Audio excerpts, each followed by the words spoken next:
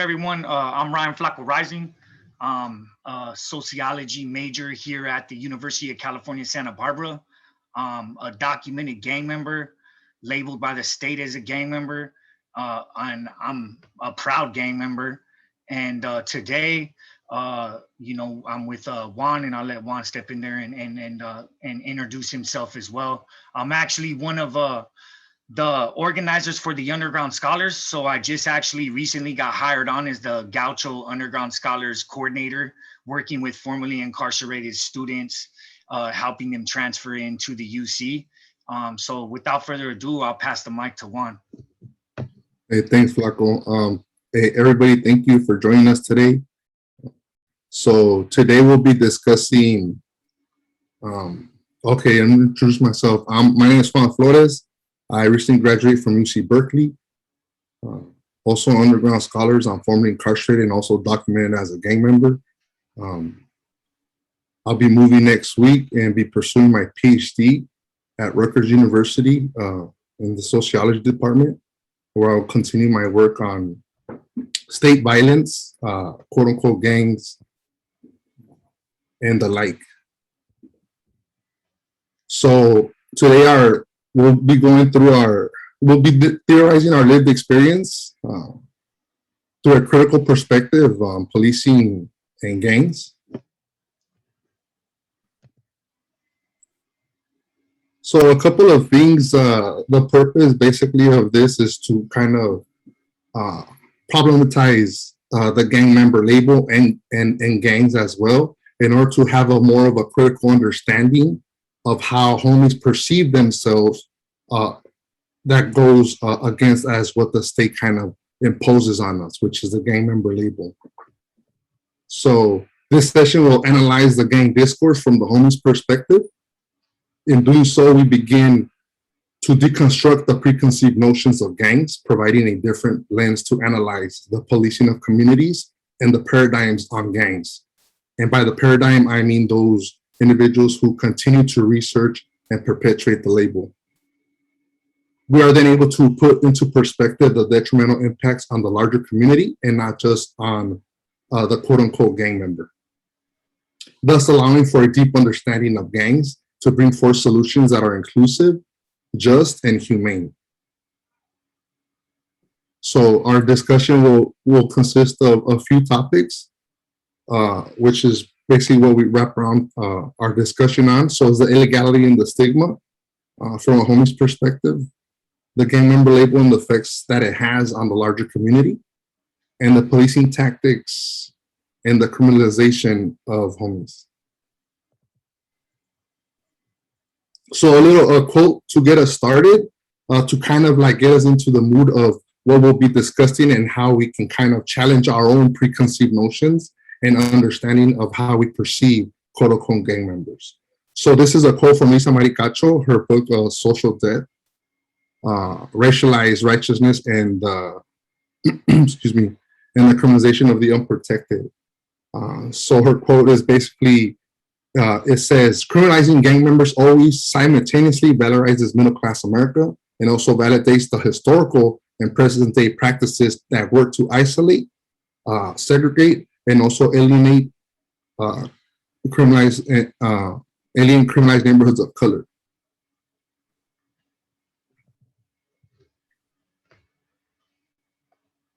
So we'll begin with the illegality, how we are seen as the good versus the bad, in order to have a more of an in-depth understanding of how these labels are detrimental to folks. So the language used to identify homies has terrorized Black and brown communities. We begin by discussing its illegality of those documented. A few things before we proceed. For the purpose of this presentation, a homie is a community member who has a relationship, in other words, a camaraderie or brotherhood with other homies, sometimes forming subgroups to support each other while probably representing their neighborhood. So just to get us a different feel of where I'm at. So I begin with the good and versus the bad. Example that to understand the depth of the stigma associated with being a homie, And we begin with researchers, policymakers, and scholars in the larger community have not only stigmatized homies, but have reinforced the notion via the former gang member and the gang member narrative. So in terms of the former gang members, the gang member, we begin by understanding how researchers use the same phrase, right? Former gang member, to differentiate from an active gang member. They refer to a former gang member as someone who is no longer involved in a gang and therefore lives a more productive life compared to the current active gang member. So Lisa Maricacho in her Social Death masterpiece, I would say, argues that if we ascribe social value to a person who has no value in society's eyes, then that action further undervalues those who are already devalued. For instance, if a gang member adopts the label of a former gang member, that person explicitly or implicitly disavows the already devalued gang member. So therefore, the now former gang member is distinguishing himself from the unlawful and outlawed status of the active gang member, thus creating a separation of us and them, thereby maintaining the current narrative that it is them, active gang members, who are intrinsically violent, right, and not the former gang member. This dichotomy endorses the idea that it is no longer former gang members that partake in criminality, but instead live a constructive life. As a result, ex-gang member, former gang member, or any of the variations of those terms becomes a reinforcement of the negative stigma of those still considered gang members. So we go with even the scholars themselves that conduct research perpetuate the stigma, right? We focus on the dichotomy of good versus bad. At the same time, we're basically saying that if I would consider myself a former gang member, let's say, because I'm in school, because I'm working, then I would be basically saying and agreeing with the state label that I used to partake in criminality and that my homies are criminal in nature. And that's not true, right? So here we begin with this deep conversation of understanding how these labels, this language of terror has continued to criminalize Black and Brown communities for the most part, right? Next slide, Flaco, please. So in one of my, in the qualitative research and in my publication, I go into and I discuss how gang member is viewed and how the homie is viewed through those participants who have been labeled and or documented incarcerated as because of their affiliation. So we have here gang registration, which is something that we may not be used to hearing. I know there's the gang injunction. That's pretty much a popular one that folks really have focused their research. But we also have the unofficial forms of harassment and intimidation that are not counted as policing tactics, right? And this is something that we go into in order to discuss the ripple effects that policing not only has on the individual, but on the larger community. So, which then makes homies become alienated. And we will also discuss how the rejection of the gang member concept is viewed by those who consider themselves homies. So I'm sure everyone has heard the gang enhancements. You know, a documented gang member can get an enhancement from anywhere from 16 months to 15 years. Most of the time we think of that as a violent offense, maybe murder or vehicular manslaughter or whatnot. So they can slap on, depending on the charge, they can slap on a gang enhancement. But maybe folks don't understand how punitive some of these, the label of gang member causes. For example, my homie was arrested for graffiti. So vandalism, which is a misdemeanor, and he was imposed, which is just a fine, but he was imposed with a gang enhancement. So he was given 16 months for about 20 letters on a wall. So in these forms of unofficial forms of harassment, which is, we'll talk about the gang registration. So when an individual commits an offense and police document him, or they already have tabs on him, label him as a gang member, then if they become arrested, they're forced or coerced to register as a gang member.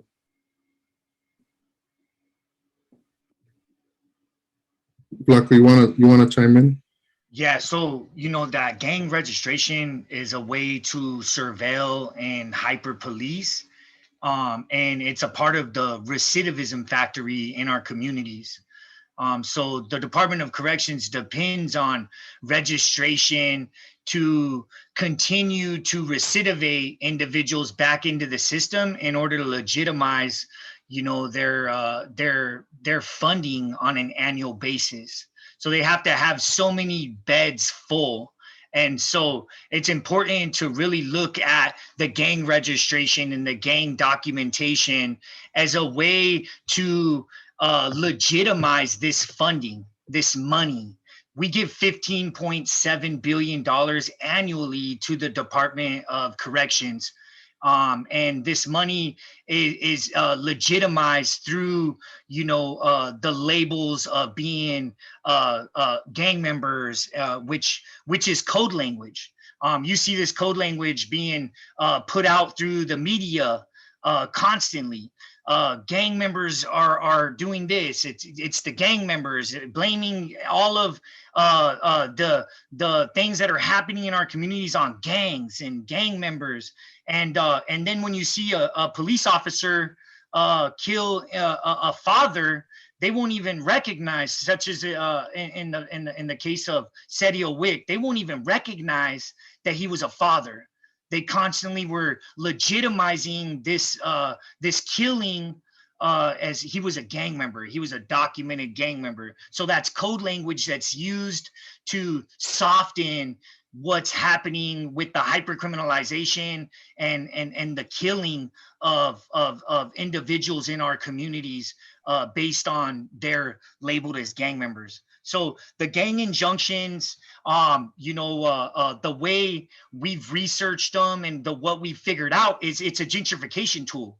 So when they're able to drop the gang injunction on a neighborhood, they're able to drive the property value of that neighborhood down. Now they're able to send in law enforcement into that neighborhood and legitimize why they're hyper policing this neighborhood is because it has the gang injunction on it. This drives the property value down as low as they can get it.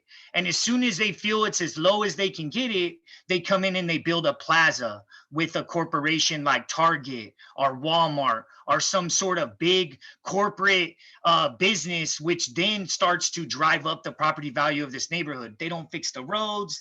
They don't fix the walls. They have writing on them, which hieroglyphics have been around for so long. So, it just perpetuates this cycle, this attack on marginalized communities. And these marginalized communities are constant surveillance, constant attacked and criminalized, and constantly being broken up through, their families. And this is ruining generations to come. And so, making homies anxious and paranoid. I'm labeled a gang member by the state. I'm a gangster nerd. I refuse to say former gang member. Reason being is because the state's the one that gave me that label. I didn't give that label to myself. I'm a homie. I'm Flaco. I love my neighborhood, Montebello. I did a lot of great things to uplift my neighborhood. But, I come from poverty. I come from, being poor. And the only way to survive in California and being entrenched in poverty is by banding together with individuals surrounding you and working together to be a team, a community. And that's what community is about: unity. You can't spell community without unity. So I reject that gang member concept, and I'll pass it back over to Juan. Thank you. So we begin with we continue with the criminalizing of homies, right? With the perpetuation of these labels, and their usage is there's no definition from state or federal.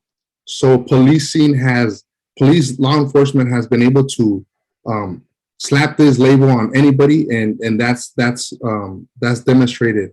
But we go further into actually what these labels, these policing tactics do, right? With, like, for example, gang registration, or with the gang injunctions and the unofficial forms of harassment. So due to constant policing, the homies encounter constant feelings of being watched or surveilled, as Flaco stated. And this aligned with a few research with, like, Geller, Fornan, and Tyler and Link, who investigated the police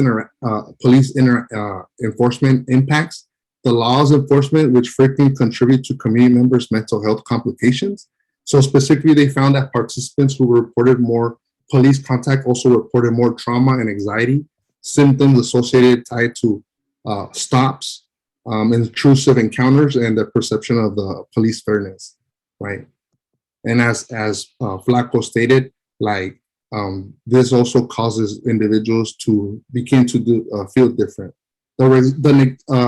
The homies negate the gang member label and the concept as an entirety. Homies, because they do not self-identify as gang members, because to accept the label of a quote-unquote gang member is to accept the stigma associated with it. Another participant mentioned that it doesn't add value to your life. In other words, once you're documented or labeled as a gang member, you're constantly harassed, persecuted, targeted by policing and in their tactics.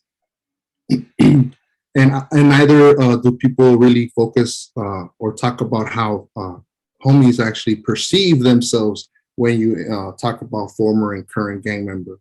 We find that this is a nuance that we have yet to explore and understand to further be critical of the policing tactics and the way these policing tactics actually hinder and affect the community. Next, Flaco.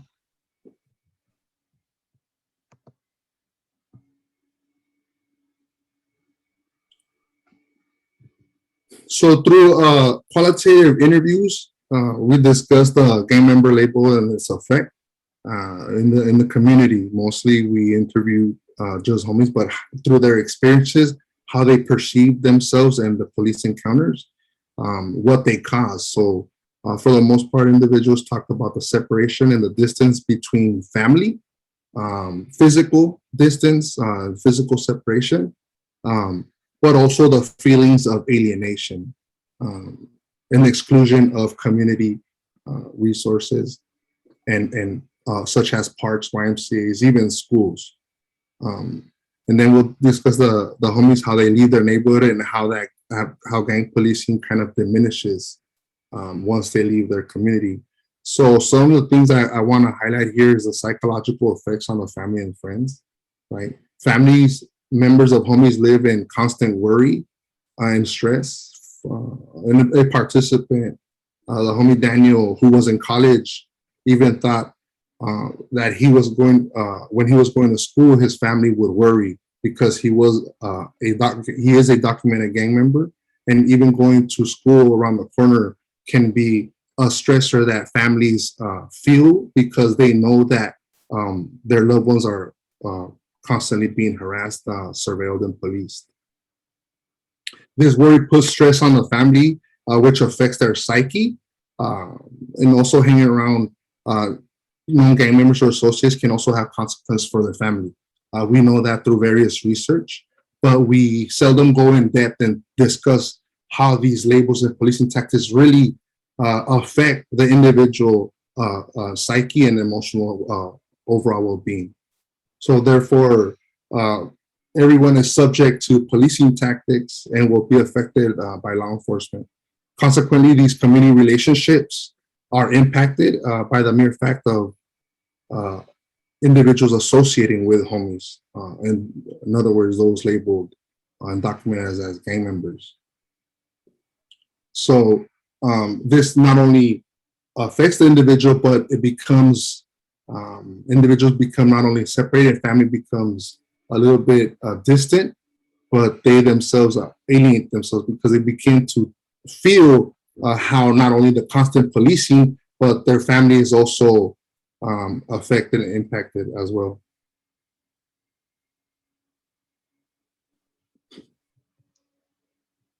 Flaco, you there? Yeah, I'm here. And so, you know, you get these effects mentally, where you don't even want to go outside your house. For instance, when I got out of prison in 2015, I was pulled over constantly. I would be walking to the bus stop. The cops would drive by, look at me, turn around, pull me over, sit me on the curb, ask me what my gang affiliation is, ask me what I'm doing there, tell me the reason for this stop is because they've never seen me before. And I'm in Imperial Beach, and Imperial Beach is full of tourists. You know what I'm saying? Like, they haven't seen a lot of the people that were there. Like, why me, right? So these effects affects your whole lifestyle, the way you move around, the way you drive your car. When you see a police officer, you kind of freeze up because you don't know if that he saw your tattoos on your arm or your neck, and he might turn around and come after you. And this happened to me in Southeast San Diego. I was driving, I did nothing wrong. The police officer flipped around, started to really tail me and go in each lane that I was going into, then pulled me over. And pretty much the only wrongdoing that I did was I was driving with tattoos. And so he asked me my gang affiliation, if I was on parole or probation. I've been pulled over even here at UCSB by a sergeant, and the sergeant said that I fit a custody description. So that was the reason why he stopped me, because I fit a custody description. So as you could see, these tactics start to have psychological effects, to the point where you have to leave your house that day within mind that you might get pulled over by a police officer, and you might get sat down, humiliated in front of all your community members due to the fact of the tattoos that you have, or the way you dress, or or you're just in an area where they've never saw you supposedly. And so these psychological effects, they hinder you in being involved with your community. They hinder you in helping do community service projects, and even feeling a part of the community around you. And so that's a lot of it. But so it really is detrimental to relationships. We become a target that the police are hunting, and they're hunting us down, and we're like, we're pretty much labeled as these monsters that we're truly not. We're not monsters. We're not these labels that they put on us to legitimize their funding to attack the marginalized communities and the Black and brown communities that they're attacking. And like I said before and prior, it's all a gentrification trick. If you really analyze, Echo Park gentrified, and the way they gentrified it was through labeling Echo Park a gang neighborhood. And that gang injunction, which Echo Park was one of the first gang injunctions of LA, and that gang injunction totally drove that property value down as low as they could get it. And then now look at it. Just recently they were, criminalizing all the houseless people living in the park right there. You look at, Logan, you look at Southeast, you start to see the gentrification and the way the elites, the rich ruling elites, use the police to hyper criminalize neighborhoods. use policy to hyper criminalize these neighborhoods, and then that in return drives the property value of these neighborhoods down. And then when one thing that I recognize about gentrification is when you start to see those signs in your neighborhood that say we will pay cash for your house, you know gentrification is in the works of that neighborhood right then and there. So you start to see these as you drive through your neighborhood, you know what time it is, along with all the police where they're constantly driving up and down your street.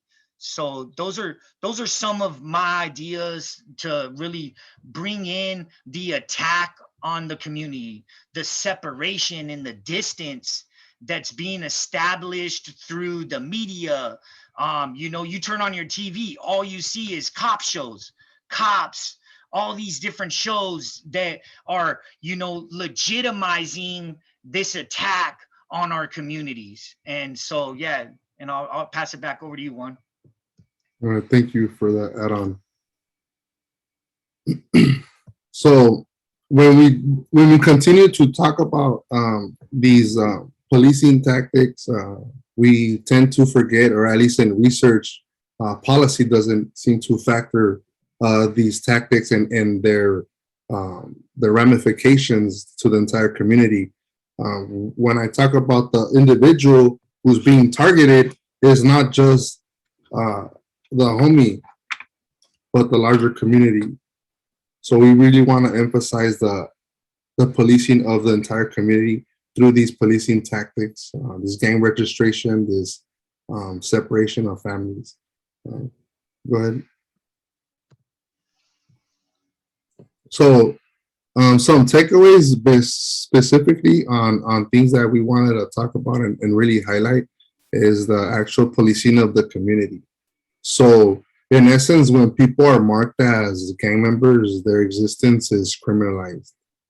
This leads to extreme social consequences for homies and the people that associate with them, which includes their family, friends, maybe even resources. So when looking at the homies who have left their communities, it's evident that these interactions with law enforcement lessen or are less frequent and or intense. So given talking about how certain communities are targeted, so homies have experienced that once they remove themselves from that community, policing elsewhere is less intense because of their move. So in other words, once participants did leave, stops were less frequent and less hostile. So as scholars bring this new approach on the homies, which interrupts the common understanding of what's perceived as gang members, allows us to pursue questions that remain unexplored, which shift the discussion of gangs to think critically of the policing and the state violence that these individuals continue to experience. So in analyzing the gang policing strategies and the paradigm of gangs, how we perceive them, this narrow-minded thinking of how we see individuals, we're then able to put into perspective the detrimental effects of not only the individual, but entire communities. With these, in addition to targeting gang members, which obviously affect their interpersonal relationships with other folks, that also affects their upward mobility. So in short, this session touches on these false, misleading narratives by reframing how homies themselves perceive this gang paradigm and in hopes to contribute to a conceptualization of a new term which identifies folks who are labeled as and documented as gang members. Yeah, that's awesome. Thank you for that whole entire presentation. Mom was just so on point. And I really want to emphasize one huge point. It's not illegal to be a gang member. It's only wrong and illegal to break the law. So when they use this language, gang member and gangs and it's not against the law, you know. So why are they using this language to attack communities? Why is there a gang injunction on different neighborhoods? How could they put gang injunctions on different neighborhoods? It's not against the law whatsoever. So, you know, I wanted to really emphasize that. You know, they've labeled me a gang member at the age of, you know, 11 years old. And I didn't know I was labeled a gang member until I got a packet while I was in prison. And within this packet, it just broke down the whole history of my neighborhood. And then it had a bunch of pictures of us on it. And it was like, oh, these people are from this neighborhood, and this is the history of their neighborhood. And that's why we've labeled this neighborhood a gang neighborhood and put the injunction on it. And these people broke laws in this neighborhood or were from this neighborhood, and that's what legitimizes this gang injunction. You know, and then they put the gang enhancements and all the other policies against to attack, to put us in prison for the rest of our lives, and not, you know, uplift us or help us gain upward mobility. Instead, they wanted to use us as residual income, because they have to have so many beds filled in order to legitimize the money that they receive. So that's what they did. They attacked our neighborhoods, put gang injunctions on them, called us gang members, told the neighborhood through the media that your neighborhood has a bunch of gang members in it, and we need to get these gang members and put them in for the rest of their lives. And that legitimized them extracting tax revenue into their budgets. And, you know, and now look at this tax revenue. It's $15.7 billion. And when I drive down my street, right here in UCSB, one of the richest areas in California, all I see is houseless people living in tents. You know, we're investing $15.7 billion into the department I call corruption, because they're not doing anything that's serving and protecting our communities. They're only driving our communities deeper into poverty. Our community members are impoverished. You're either poor or you're rich in this state anymore, and that has to end. And we have to come together as a community and say enough is enough. And we need to realize that, hey, you know, you guys threw this gang member label out. You know, like I said in the beginning of this, I'm a proud gang member. Document that. You know what I'm saying? Like, I don't care anymore. You guys put that label on me, not me. You know, I love my neighborhood, and I'm sure that everyone in this session loves their neighborhood. Does that make you a gang member? Do you do community service projects in your neighborhood? Do you uplift your neighbor? Do you hang out in front of your front porch in your neighborhood?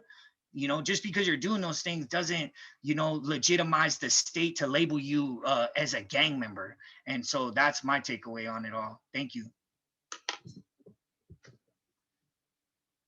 And so we'll go into questions from everyone here. We could do some questions and answers, and maybe just your takeaways, and maybe we could just get like a community discussion going now.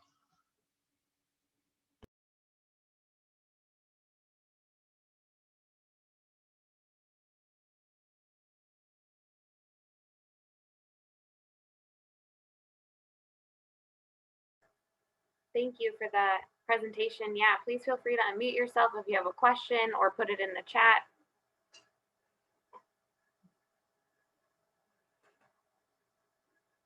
Or if you want to share a comment or anything.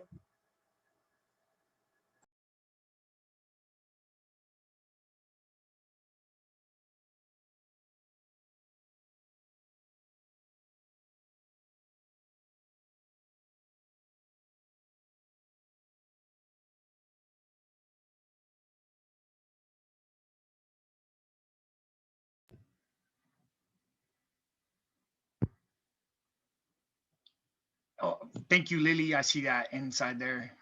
Thank you for that. We actually are a part of the Cops Off Campus organization here at UCSB too, and we've been doing a lot of work around that as well here at UCSB.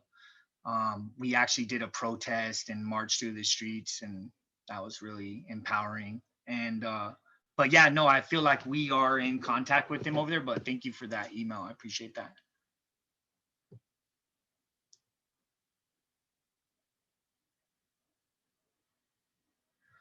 You know, that's a great question. You know, true strategies is we have to come together and we have to resist these narratives that the system's putting on our neighborhoods. We have to show up to these community council meetings and we have to tell the community council, hey, we don't want all these police driving up and down our neighborhoods. We don't want our neighborhoods to be hyper criminalized, because when you see all these police, the property value is going down. When you see on the news that they're labeling this side of town a dangerous side of town, the property value is going down. So it's the rich ruling elites, it's the investors who run and own a lot of these, you know, which I call the media marketing schemes that, you know, put out these narratives, and they only put out one-sided narratives. They don't put out our narratives. I've written op-eds to these newspapers, and I'll tell you what, they don't want to hear that the other side of it. They only take up on one side most of the time, and that one-sidedness is what allows them to continue to perpetuate the gentrification processes. You look at, you know, how, you know, Barrio Logan right now is under attack. They're trying to, but it takes community coming together, all community members, and then it takes us holding each other accountable, because, you know, as soon as there's a disagreement and somebody ends up hurt, or somebody ends up, you know, in a rage, and somebody ends up dead, that gives them ammunition to legitimize what they're doing in our neighborhoods.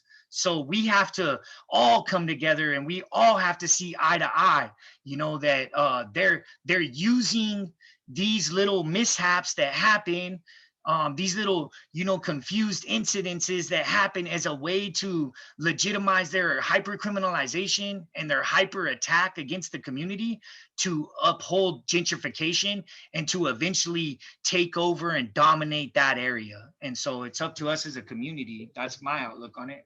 What's your takeaway on that question, Juan? Um, on the resisting the strategies, I don't know. I think the lack of resources and education in these communities is primary. We know that it's like a double-edged sword. We have lack of resources, and on top of that, there's you know, you have other external factors in facing the policing.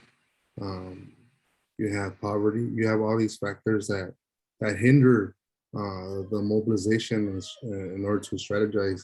But for me, it would be at this point where I'm at, I think it's to continue my higher education and continue to be critical of how the narratives are painted to continue to persecute individuals, and also to continue to explore questions that haven't been really fully analyzed. Um, so I think in terms of a community and homie perspective, I think it's only something that we kind of put in place in practicality. And one community organization that does that so well is the Underground Scholars, who helps form incarcerated and currently incarcerated folks, which a lot of them are also documented and labeled as gang members. So that's what I have for.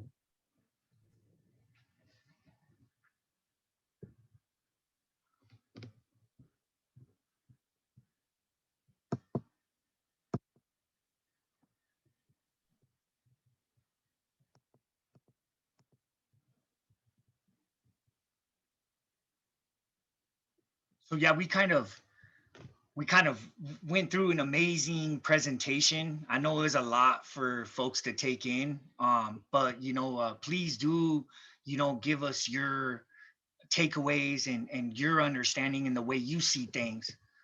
Don't hesitate to chime in and just unmute your mic and you know, include yourself in this conversation, because it's a very important conversation. Hey, what's up, Big Yovos? This is Jose from Debug from up north. I really appreciate your work. We're doing our best and holding it down up here as well. I did a presentation this morning at about 10:30 about because up over here they constantly use the huelga bird as they criminalize that. I definitely feel you 100%. Same thing's going on over here, man. They criminalize everything they can, whether it's Nahuatl, Spanish surnames, Aztec stuff, low riding, old days, rap music, whatever they can. They over here trying to do trying to lock us all up, get rid of us. It's horrible in San Jose right now. It's San Jose is really, it really is like we have so much culture, so much history, so much contribution to the Chicano movement, to low riding, to entrepreneurship, you name it.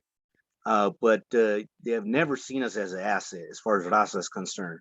We've always been the way. If we're not cleaning their toilets or building their homes or cleaning their homes, and we're pretty much in the way. And we're seeing gentrification happen. They just said in some report that San Jose is the second most expensive place to live in all the country. Number two, we're losing the flea market, which the flea market, it's all raza there. There's also Vietnamese and Middle Eastern businesses, but it's nothing but raza business, small business, mom and pops, raza from all over. They come over there and shop. We lost several of our murals. It's crazy, man. And it's like these cops, they don't care about none of that. Like it's you could wear. I've been in times where I wear a suit and tie, and I'm still getting pulled over. I'm still getting messed with. There are times where I'm all cholo down. I'm getting messed with. It really don't matter. They'll always find a way. To, hey, that guy looks like a gang member. Let's let's pull him over and throw the book at him. We'll find something on him. And I think it needs to be talked about more, because I think that there's a like a triple fold that's sort of against us. One of them is that there's not enough raza representation in politics, businesses, and entertainment. So our stories are invisible. We could be the largest ethnic group and still be invisible. And that's what's been sort of implanted in people's minds, is that we don't exist. So therefore our issues don't exist. The other thing is that,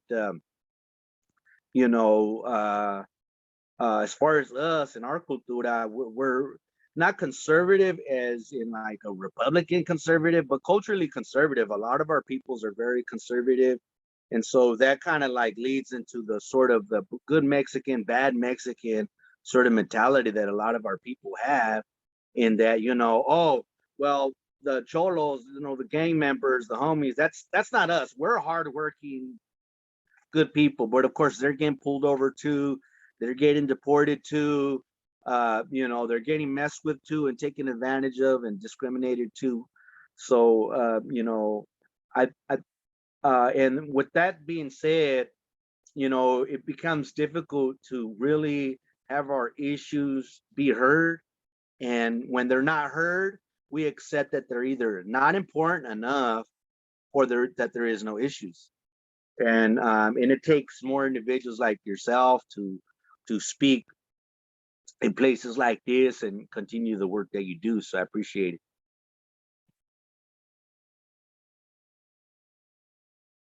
Yeah, nah, thank you so much. That's what's up, homie. We appreciate you highly too. I actually was able to check out your presentation, and really appreciated everything that you had to say in your presentation too. Yeah.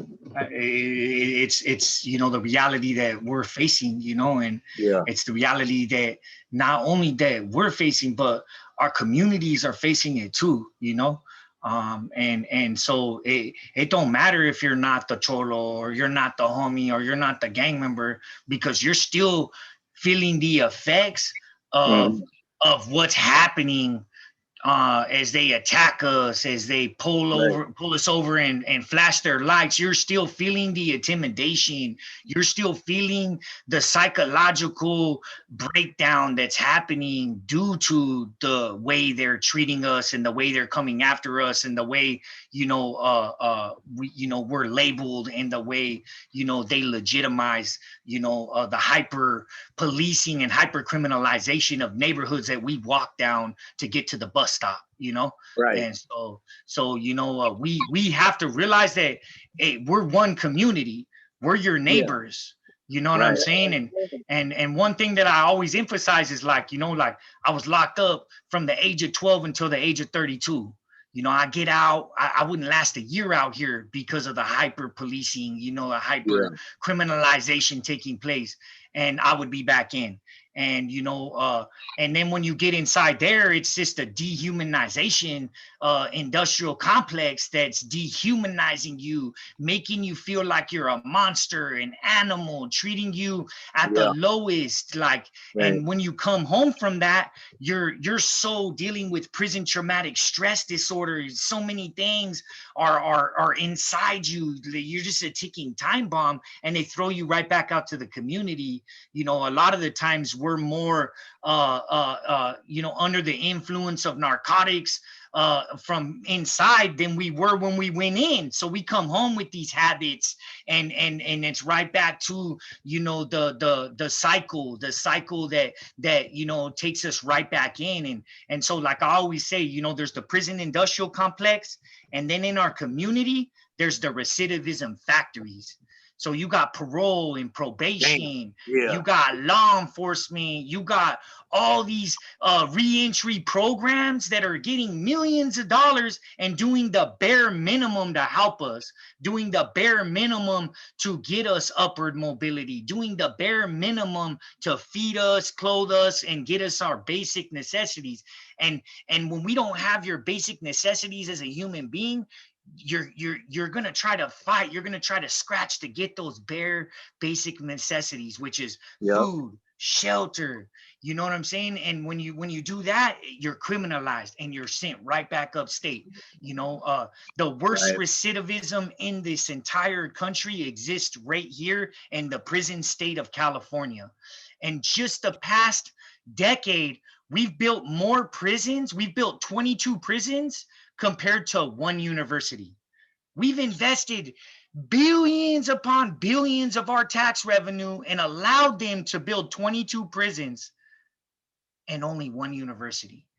And that says a lot about what we're experiencing today with all this houseless population, you know what I'm saying? With everyone being forced into, living in tents.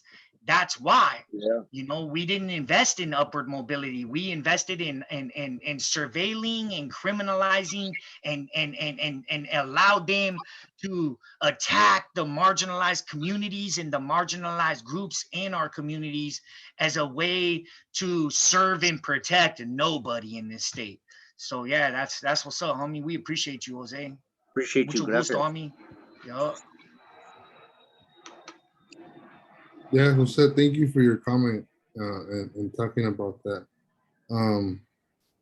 In terms of, I went back to the terms of strategy. You said the Huelga Bird and San Jose, so I went through assumptions, but I started thinking more of the solidarity that needs to continue between, folks who have been documented as gang members. And that necessarily doesn't mean this rivalry between North and South, right? It's really an imposed rivalry, I would say, one that has been kind of exacerbated, especially because of the separation that has continued inside prison, which also has a trickle effect that has spilled into the streets. In terms of how we can move forward, just overall strategizing, I think some steps in its practicality would be to continue to reach out to other folks who are also documented, but outside of our of the groups, right? Like I'm from San Diego, so I'm from down south. So I think continuing to have conversations about how the state itself has worked so hard to kind of maintain these boundaries between certain folks in order to kind of continue to kind of dominate our communities. In short, I'm just gonna say like more solidarity between North and South because there's a lot of similarities and experiences that we share.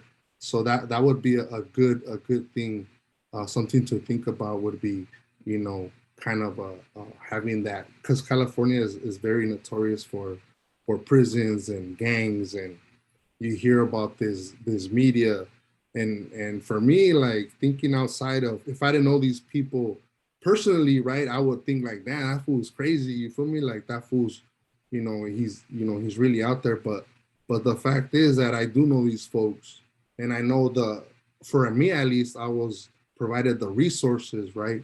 Provide the resources, right? The encouragement, people poured into me. They assisted me. They provided me housing. Like I had people that really assisted me.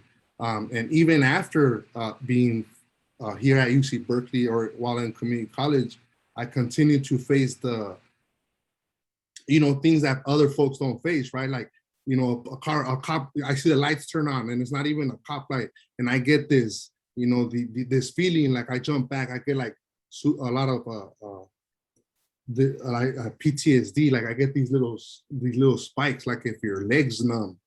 I don't know if anybody experienced that, but I know when I see the lights like that, it reminds me like the cop's gonna pull me over.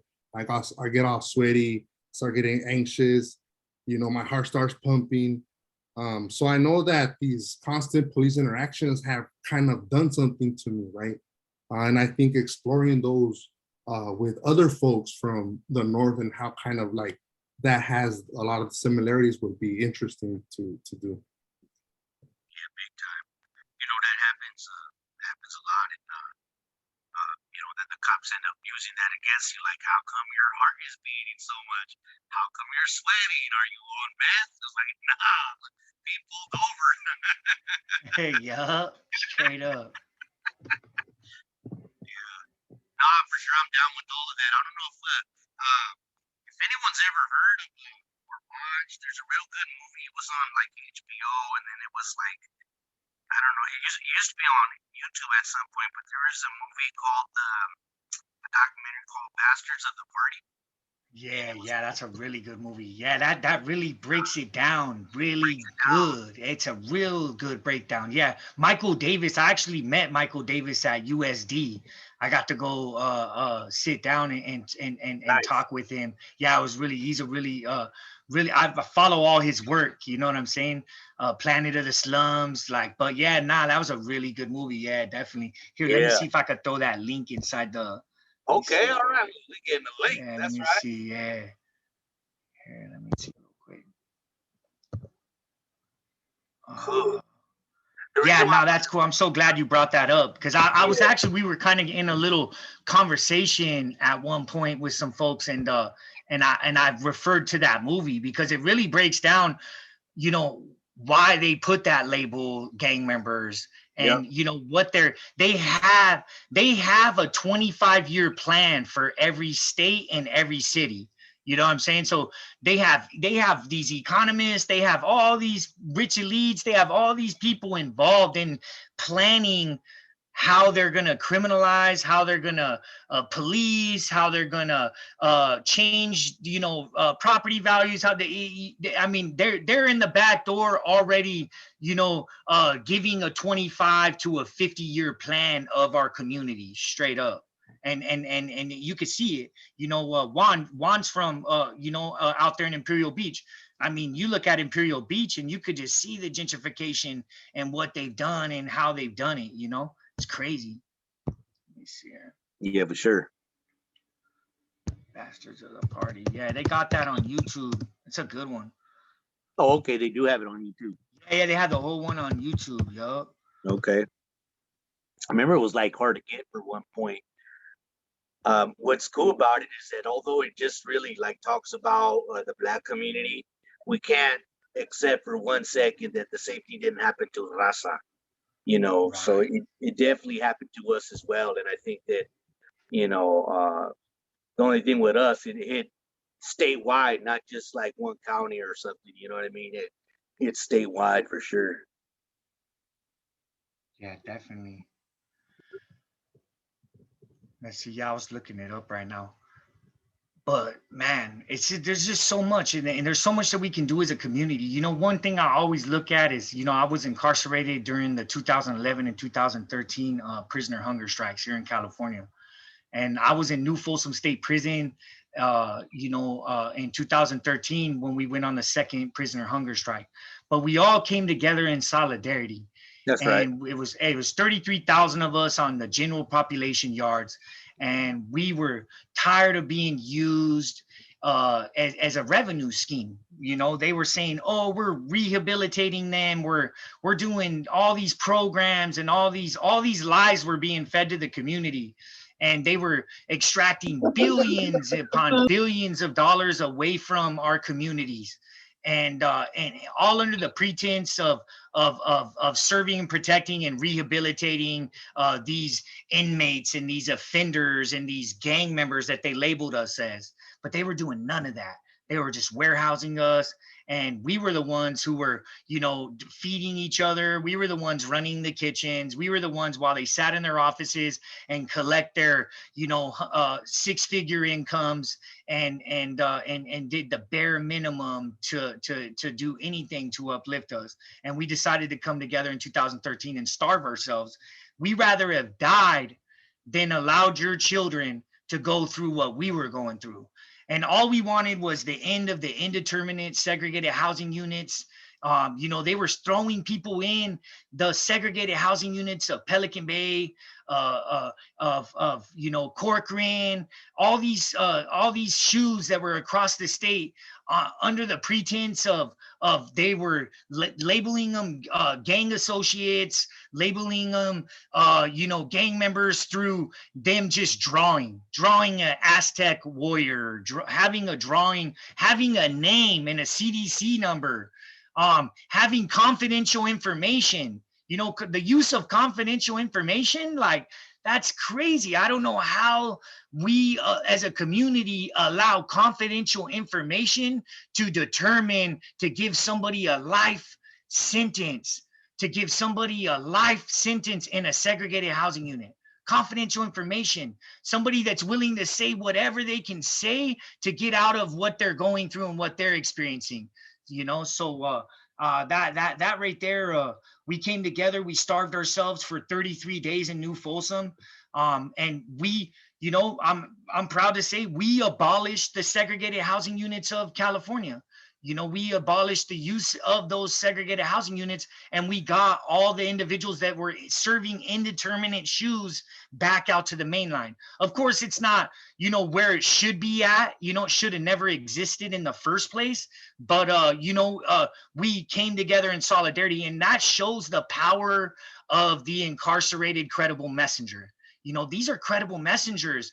They, you know, they can uplift our communities. We have to go to the state and tell them, hey, enough's enough. We need to be able to work with these individuals, because you want to know what? They're going to come home and be our neighbors. So who do we want to come home and be our neighbors?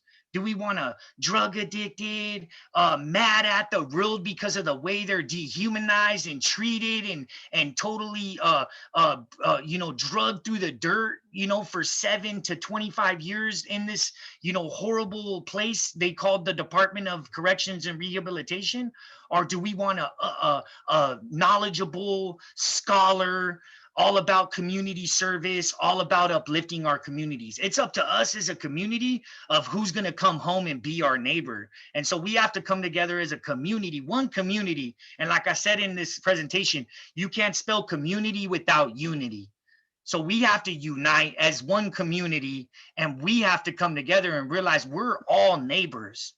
and we can't fall into the traps of the state, you know, system anymore. This, you know, what I call the Department of Corruption, because they're doing nothing but extracting all this money away from us as they live their bourgeoisie lives up in their houses that are paid for, and we're down here suffering. So we got to come together and see it. I'm trying to get this link right now. Unfortunately, I couldn't get it off my computer. So let me see here. But if I sent you if a somebody link. could look it up, yeah, if somebody could look that up, that'd be dope. I sent you it, so check it, make sure. Oh, okay, cool.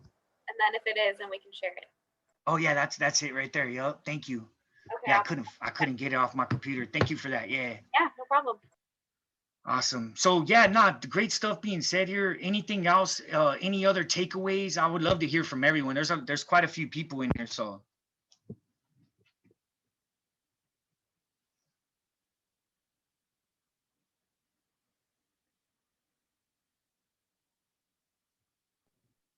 I just want to say thanks. I'm a professor from New York City, and I'm studying the gang databases and gang harassment by police and prosecutors here. And you guys have been going through it a lot longer, so I'm here to learn and listen. I appreciate the space. Thank you. Thank you so much. We really appreciate you joining us today. And we appreciate the work you're doing over there. It's going to take, one thing I always say is like, they call this the United States, but we're like the way I see it is we're the divided states. There's just so many different policies, so many different laws for every other state, you know, the 3 strikes laws over here, the repeat offender law over there, we need to really realize that we're being divided and conquered. We're being used against each other and pinned against each other. I'm from New York. I'm from California. Like, you know what I'm saying? We live in the same country, and unfortunately, we've been pinned against each other to think not, and so we definitely got to take that into account when we are doing this work, to realize that, there shouldn't be a 3 strikes law here and a repeat offenders law there. It should be one thing, you know what I'm saying, as we are the United States, not the divided states. Thank you. Thanks. Thank you for your comment, Professor Howe. Can you tell us more about, like, are you looking at the gang database national by state, or? I started focusing on New York, actually, because we didn't used to pay that much attention to gangs. I was a public defender, and you'd never see a case come in where it's like, this is a gang member. And then, but we had stop and frisk, which was like any Black or Latino kid in the streets in New York was going to be stopped over and over and over again for nothing.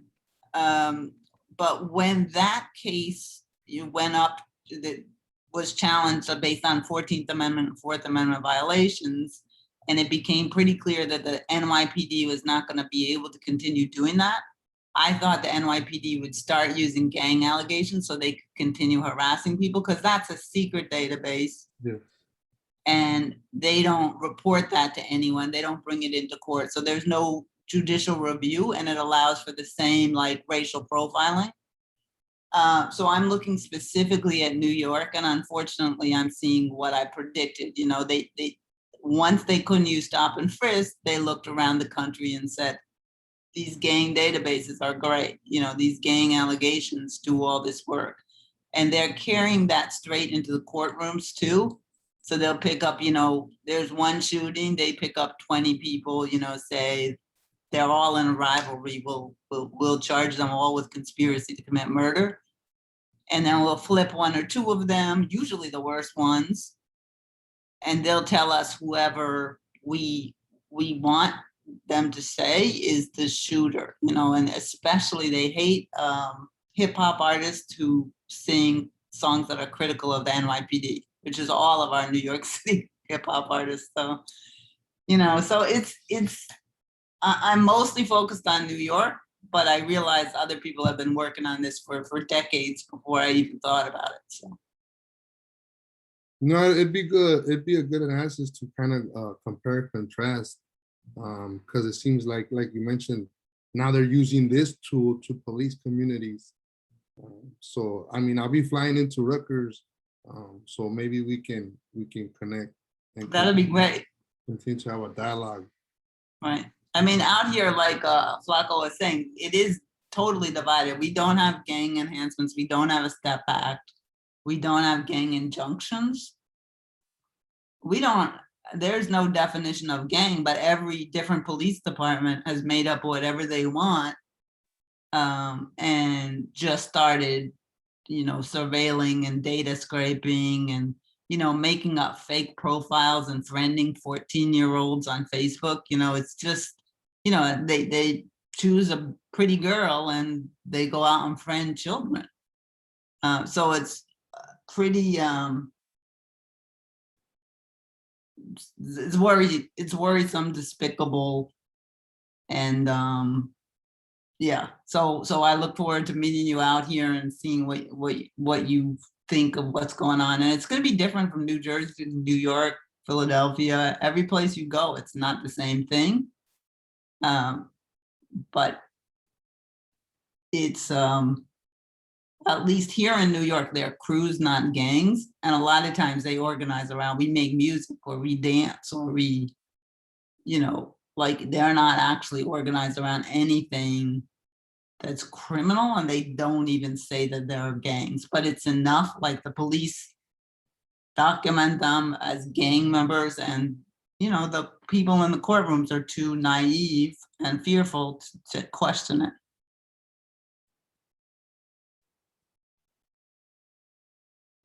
Yeah, we got a lot of work to do as a community, that's for sure, you know, and one community all across this country, you know, like, yeah, nah, thank you for sharing all that. And I just want to re-highlight what you said at the beginning, Flaco, like gangs are not illegal inherently. Right. Like, we want to talk about a gang, I would argue the police departments. Right, you know, they'll tell you that themselves. We are the biggest gang. You know what I'm saying? They've said it. They, you know, and they say it. You know, this is our hood. This is, you know, like pull up on us when you're chilling. Like, where you from? You know what I'm saying? Like straight hit you up, like they're gang banging on you. You know what I'm saying? Like it's crazy. You know, and so and that's the reality of it all. You know, they you know have been sworn in to serve and protect our communities, but that hasn't been the case. You know, they've been, you know, hyper brutalizing our communities and using a bunch of different tactics to psychologically break us all down. You know, one of their biggest forces is the media, the control of the media outlets. You know, they're able to, you know, throw out language, you know, and I always emphasize the, you know, you look at like Sergio Wick, you know, and Sergio Wick, I always throw this out there because he was shot 27 times in the back, 27 times by Vista Police Department. And not once did they ever say in the media that he was a father of 5 kids. So 5 kids lost their father in a horrific way. Not one time did they ever said that. They say, oh, he was a documented gamer. He was a known drug dealer. He was this, he was that, you know, and oh, we found a gun underneath his seat. He had nothing in his hand, but they said, oh, he was running and reaching, you know, but he was a gang member. So that justifies why we shot him 27 times. And even when he was on the floor, he was getting shot. You know what I'm saying? So, and they had to reload, you know, and just that, you know, speaks volumes to what really is going on. You know, the gang member term was created as a way to have code language in our media that perpetuates this legitimizing sense of attacking Black and brown communities and killing Black and brown people. And that's how they soften the direct killings and murders of innocent Black and brown people. He was a gang member. He was a drug addict. He was, you know what I'm saying? That's all code language that they use. And they use it to go after our communities and destroy them. And you know, and then we suffer the PTSD because we're all suffering from PTSD, whether we realize it or not. You know, having to watch, you know, George Floyd get murdered on our TV screen, that causes serious PTSD, you know, over and over and over again, you know, and then to relive it throughout the whole entire trial again and see it over and over and over again. That's sending serious PTSD through all of our minds. And you know, and the code language is there, and you could go look at it. It's a trip when you start to really look at the media and the way they frame a lot of these assassinations of our community members. They're framing them with this code language that's legitimizing their attack. And you know, and so we have to be up on that too, for sure.